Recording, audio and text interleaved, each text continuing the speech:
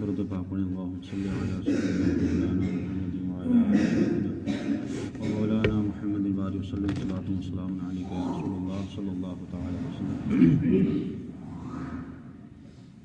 نماز کے جو شرائط ہیں ان شرائط میں سے ایک شرط یہ بھی ہے کہ طہارت کا معنی آتا ہے پاکی حاصل کرنا۔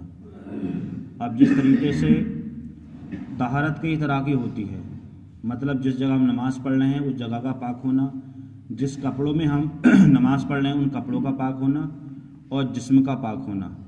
تو جس جگہ نماز پڑھتے ہیں وہ تو پاک ہے ہی بظاہر ہے، مسجد میں نماز پڑھتے ہیں یا گھروں میں مصلی پر نماز پڑھتے ہیں۔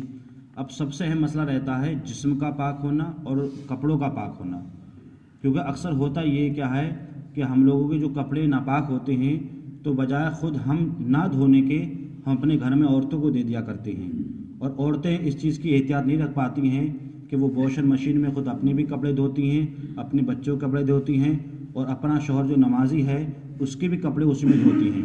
تو گویا کہ جو ناپاک تھے وہ تو تھے ہی ناپاک، جو پاک تھے وہ بھی ناپاک ہو گئے۔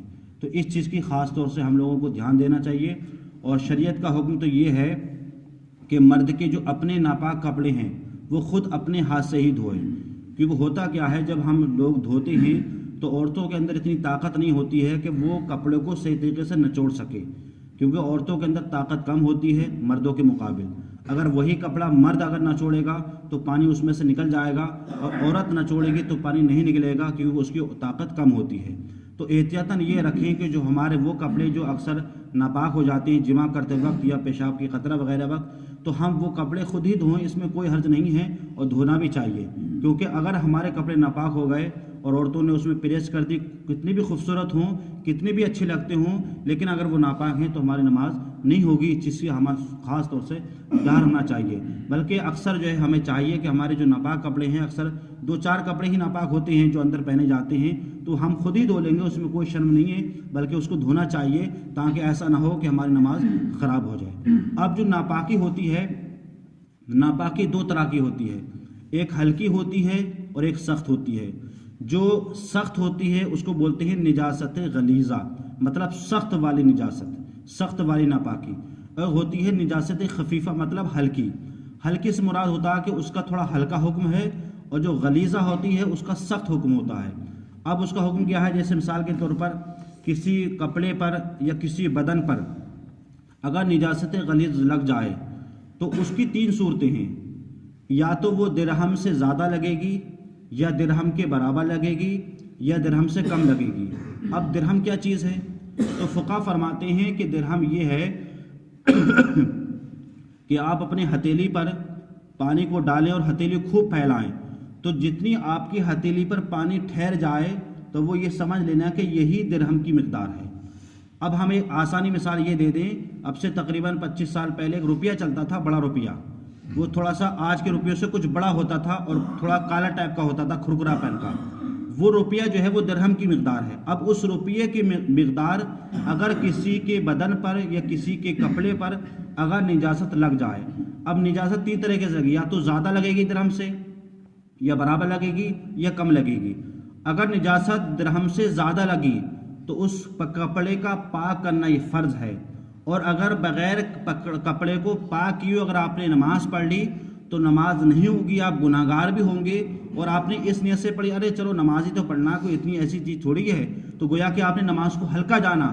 تو شریعت کہتی ہے کہ اس وجہ سے اگر نماز پڑھی تو ہو سکتا ہے کہ آپ کا کفر بھی ہو جائے، مطلب آپ جان بوجھ کر کے ناپاک آپ کے کپڑے ہیں پھر آپ نماز پڑھ لیں کہ نماز ہلکی ہے چلو تو کفر ہو جائے گا۔ اور اگر درہم کے برابر ہے تو اس کا پاک کرنا واجب ہے، اگر بغیر پاک کی نماز پڑھ لی تو نماز واجب الاعادہ یعنی لوٹانا واجب ہوگا، اور آپ گناہگار بھی ہوں گے۔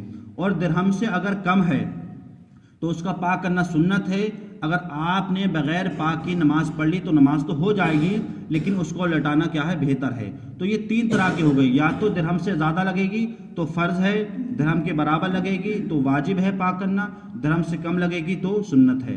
اب نجاست غلیظہ ہوتی کیا ہے؟ اس کی چند مثالیں۔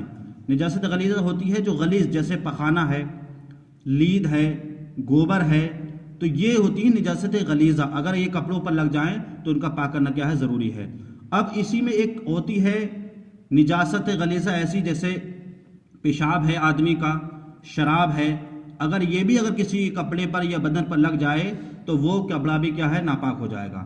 ہاں یہاں خاص مسئلہ ہم یہ بیان کر دیں، بہت سے لوگ یہ سمجھتے ہیں کہ مثال کے طور پر ہماری یہ آستین پر اگر کوئی چیز ناپاک لگ گئی تو ہمارا پورا کرتا ناپاک ہوا ہے، ایسا نہیں ہے۔